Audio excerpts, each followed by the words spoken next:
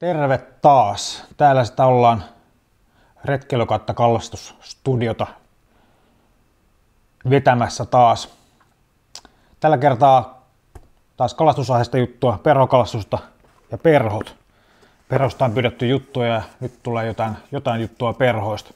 Mulla on tässä pari rasillista perhoa ja kurkataan, mitä sinne sisälle kuuluu, minkälaista systeemiä sieltä löytyy.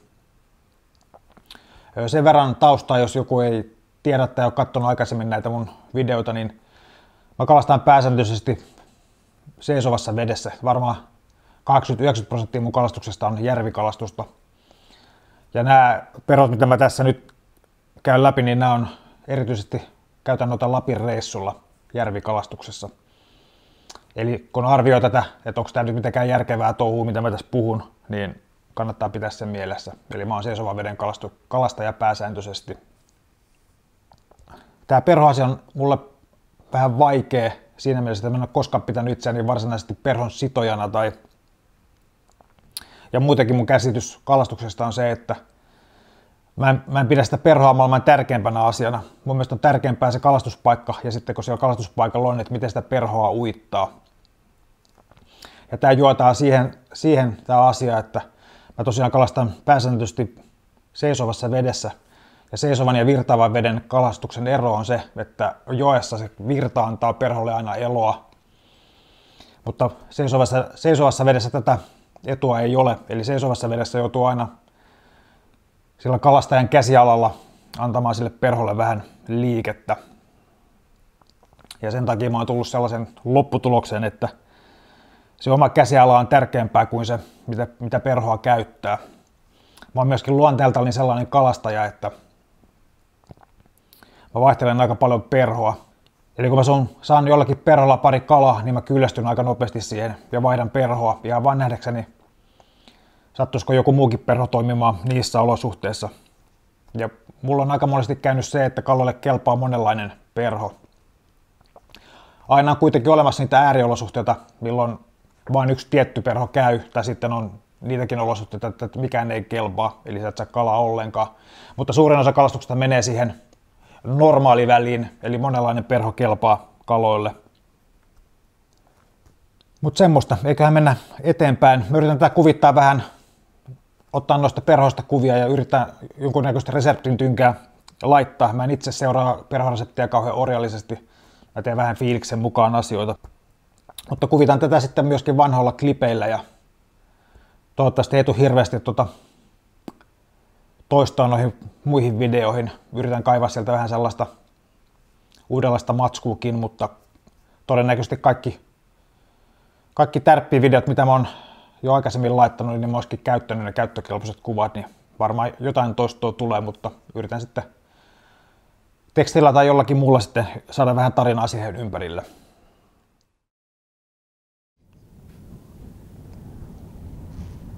Pieni taktiikan vaihto. Pistin perhovapaakin streameri, kun tuntuu streameri toimimaan paremmin. Ja virpassa on sitten tommonen liitsi backupina, jos ei toimi tää perho.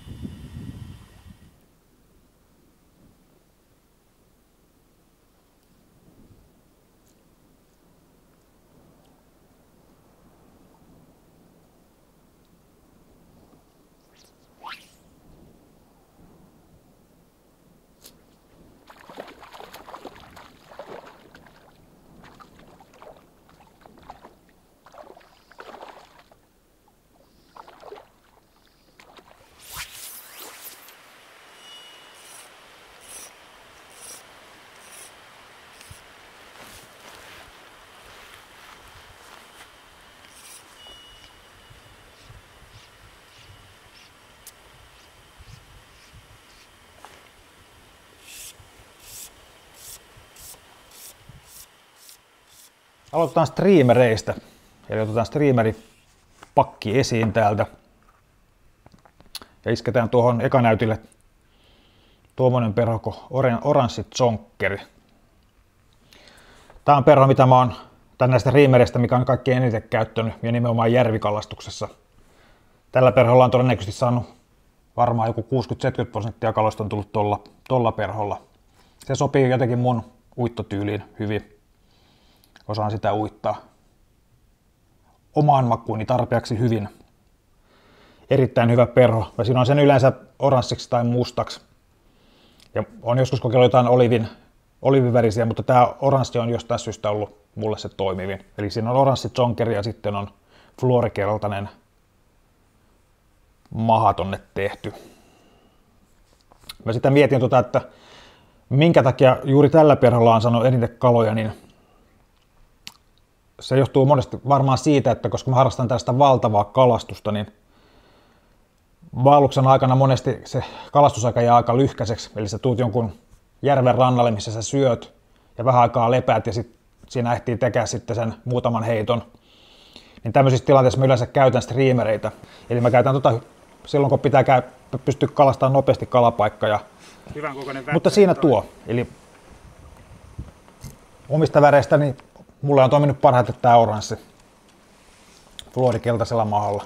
Tähän mä oon laittanut vähän tuommoista kimalletta kylkeen, mutta mulla on erilaisia versioita. En kauhean orjallisesti seuraa näitä reseptejä. Mutta ei siitä sen enempää. Otetaan seuraava streameri.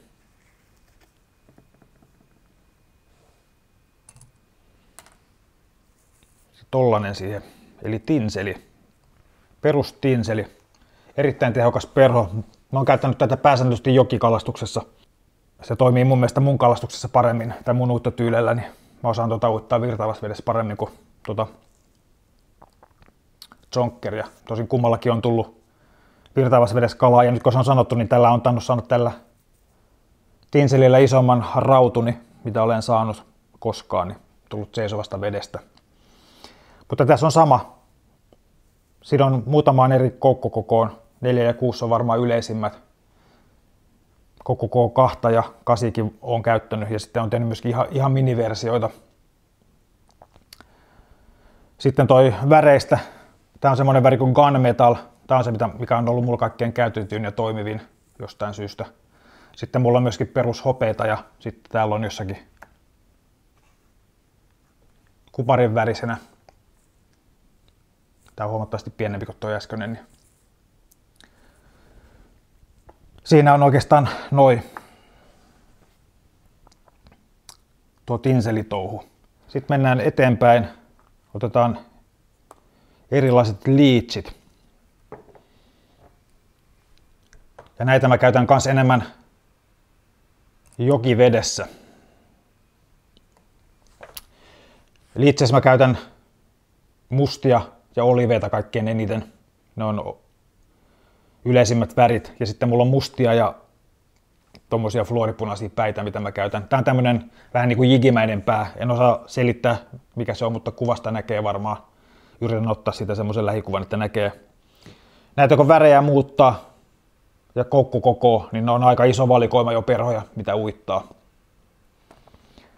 Siinä oli nämä perhot, mitä mä yleisimmin käytän streamereistä.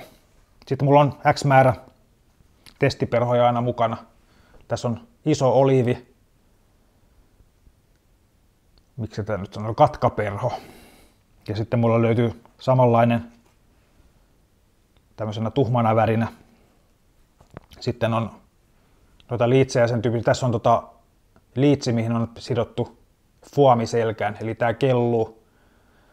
Ja tämän idea on sitten, että kun kalastaa uppovalsiimalla, niin tämän saa leijumaan siellä pohjan tuntumassa. Mutta näitä mä kättelen aina vähän vähemmän. Että 0,3 streamerillä menee varmaan 80-90% kaikista kalastuksista. Että ne mä oon saanut toimimaan ja niillä on sitten myöskin tullut kaloja.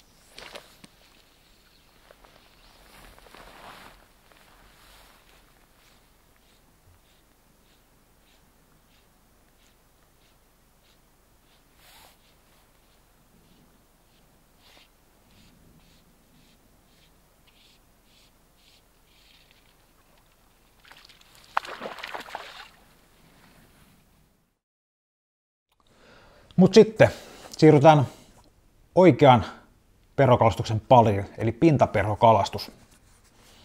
Tämän takia sinne Lappiin mennään, eikä välttämättä mättämään striimereitä. Vaikka striimerit onkin erittäin tehokkaita, niin pintaperhokalastuksessa on sitä jotakin.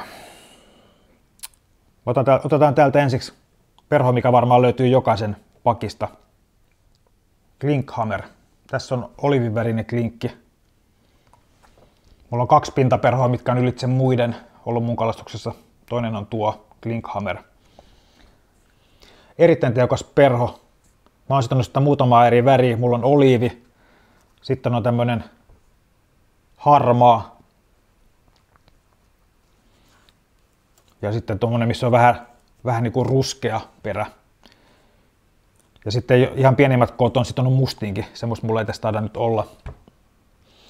Mutta noilla väreillä pärjää jo tosi pitkälle. Ja sitten jos koukkukokoa muuttaa, niin tulee enemmän valikoimaa. Mä oon tehnyt nämä koukkukokoihin 8-18, josta mun mielestä parhaimmat on 14-16. Mä oon itse aikoinaan yritin kuvailla paljon tärppejä, niin tuli kalastettua paljon aika isollakin perholla. Sen takia mä oon käyttänyt jopa koukkukoon 8 klinkkiä, koska se näkyy sitten vedenpinnalta paremmin ja kamera löytää sen sitten vähän paremmin sieltä, kun yrittää zoomalla, että missäkään se perho menee. En ole viime aikoina sitä enää harrastanut, se syö niin paljon akkuja ja nykyvehkeet vie niin paljon akkuja ja muistikortilta tilaa, että se on jäänyt vähän vähemmäksi tuo tärppien kuvailu, mutta laitan tännekin päälle jotain tärppejä.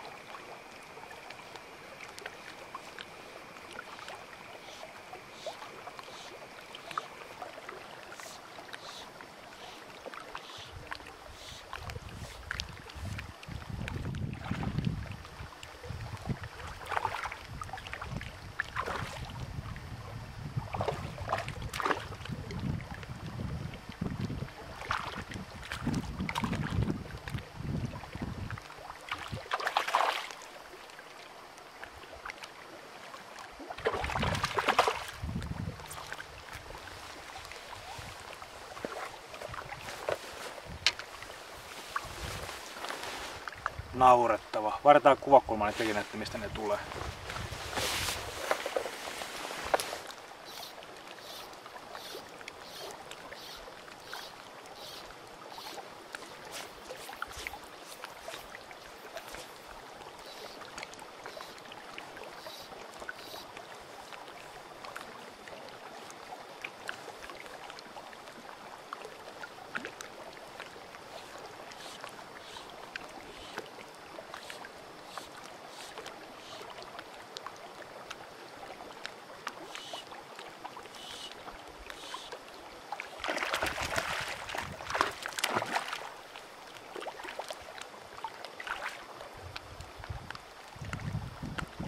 Parempi.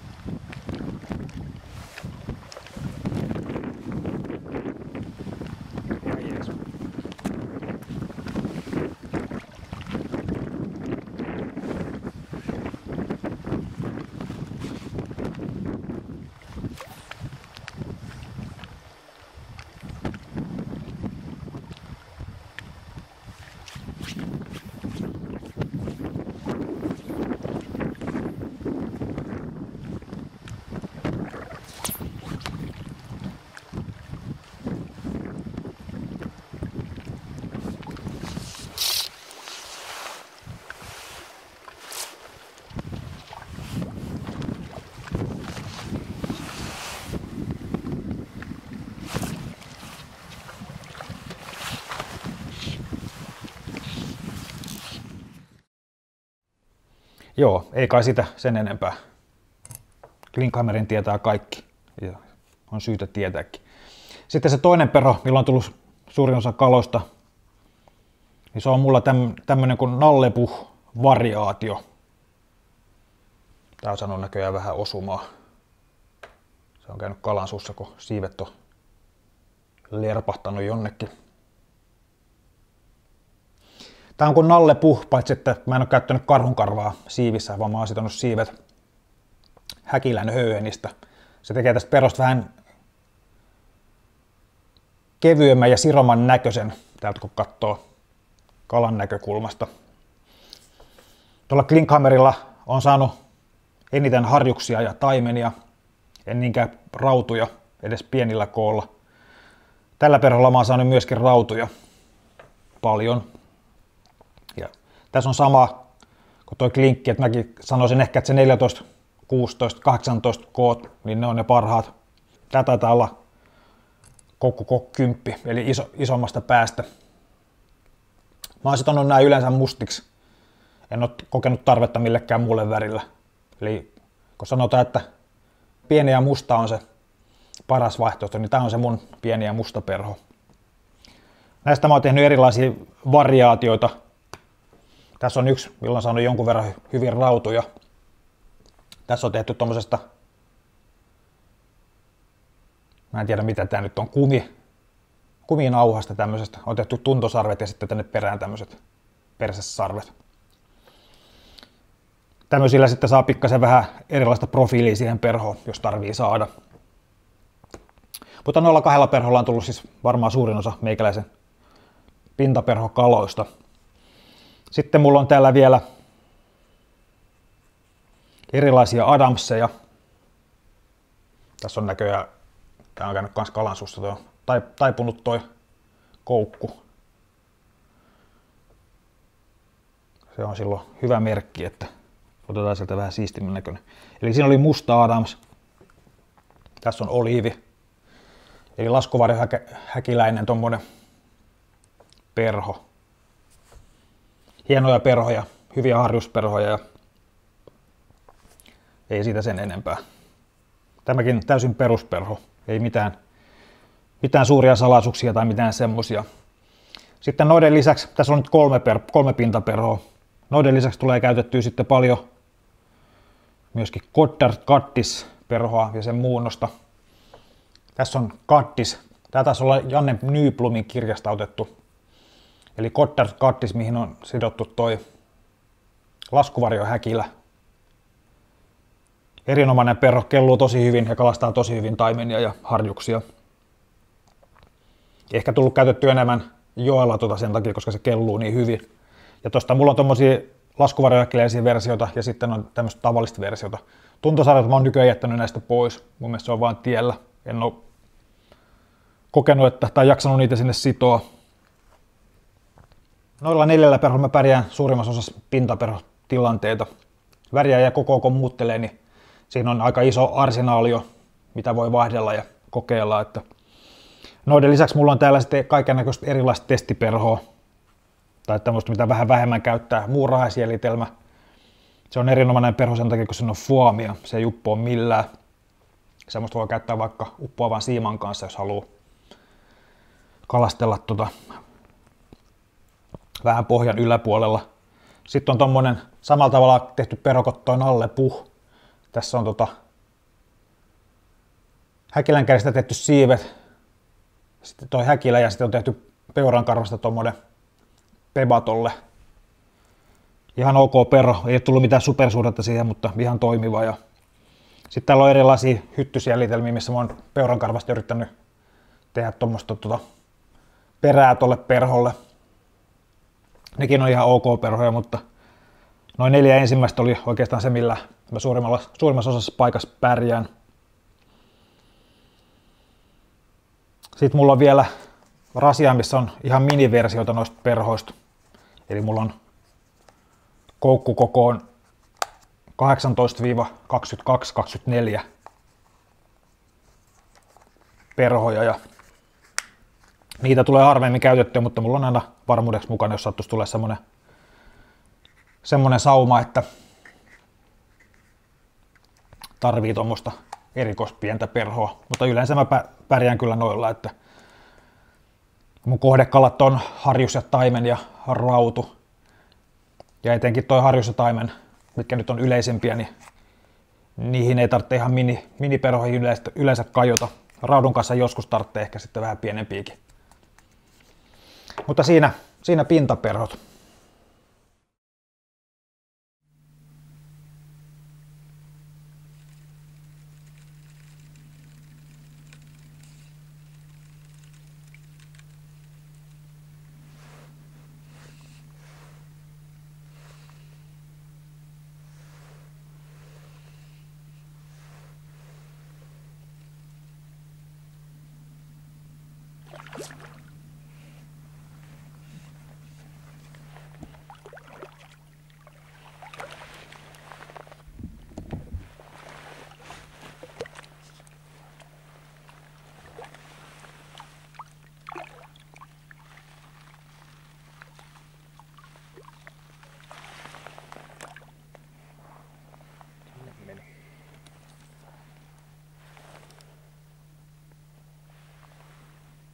Kumijalka vaakseen ja aika herkäs kunnossa.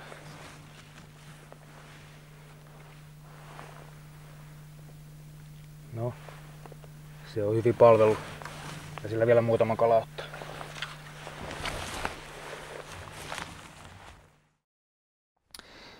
Sitten vielä uppoperhoista. Täällä on yksi perho, mihin mulla on erityinen suhde. Mä oon käyttänyt tästä nimeä semmoista kuin Raututag. Ääni rupeaa värisemään, tää oli niin herkkä hetki. Eli tää on tommonen Red Tag muunnos, mutta aika iso sellainen. Ja mä en tiedä, mistä se nyt johtuu, onko ihan puhtaasti tuuria vai ei. Niin tuo on sidottu koko 8. Ja nimenomaan tällä koko 8 perholla mä oon saanut aika hyviä kaloja paljonkin. En niin kuin määrissä ole tuolla tullut kaloja, mutta jostain syystä on saanut muutaman ison raudun ja harjuksen tollasella. Ja on tullut jotenkin semmoinen suhde, että tuo on hyvä perho. Jopa raudulle, vaikka se on rauttuperhoksi noin yleisesti ottaen aika isohko. Mutta tällä mä kalastelen aika usein sitten just semmoisessa paikassa, mistä on vähän semmoinen epävarma olo, että mitäköhän täällä tapahtuu, niin se on iso perho, sen kala ainakin näkee.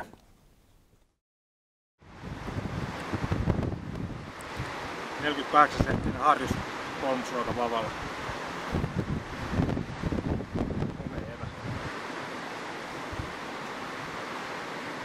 Tuli tosta kosken juuresta ja puro laskee.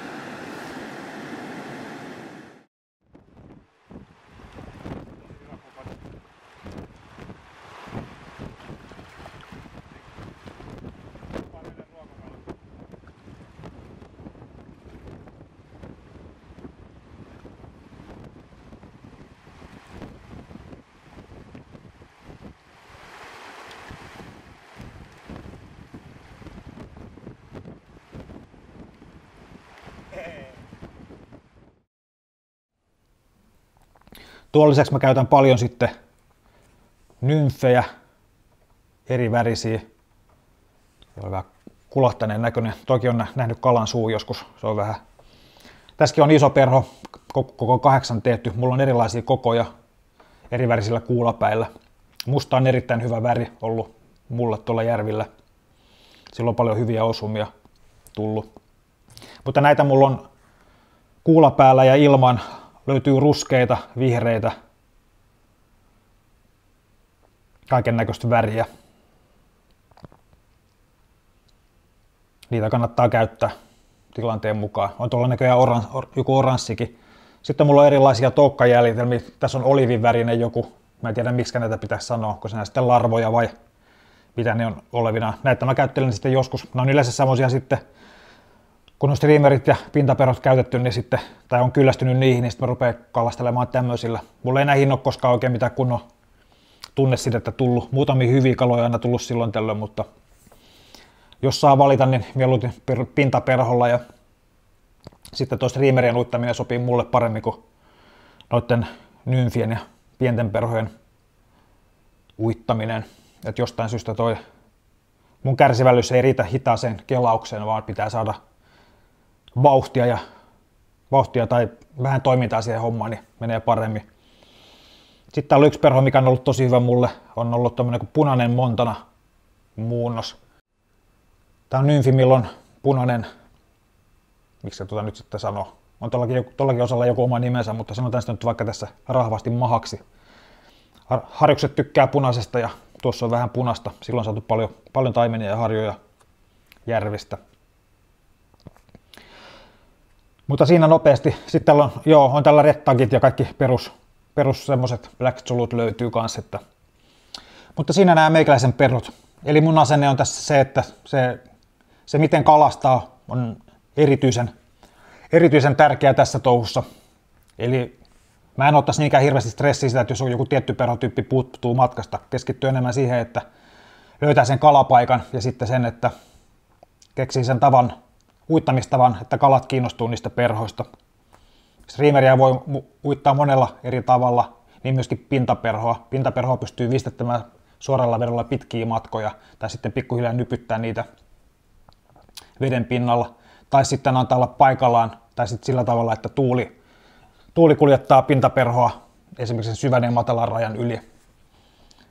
Uittotapoja löytyy tosi paljon jokaiselle perholle, ja mun mielestä se on kaikkein oleellisen asia, että löytää sen tavan, mikä kaloja ärsyttää.